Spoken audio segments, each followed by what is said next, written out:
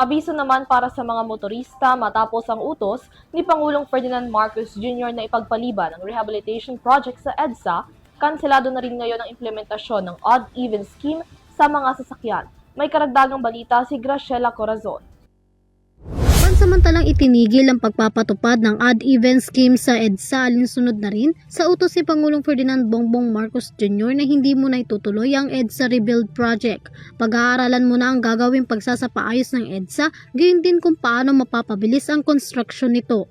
Ayon kay Metropolitan Manila Development Authority o MMDA Chairman Attorney Don Artes, napansamantala itong ititigil upang muling suriin ang mga plano ng pagpapasapaayos nito kaugnay ng inaasahang 2 taong rehabilitasyon ng EDSA.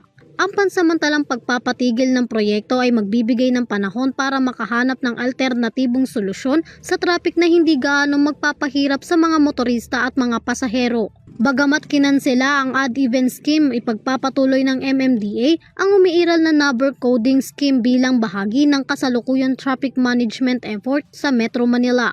Patuloy ang koordinasyon ng MMDA at iba pang ahensya ng pamahalaan sa paghahanap ng mas maayos at makabagong paraan upang maipatupad ang EDSA Rebuild Project nang hindi magpapahirap sa publiko.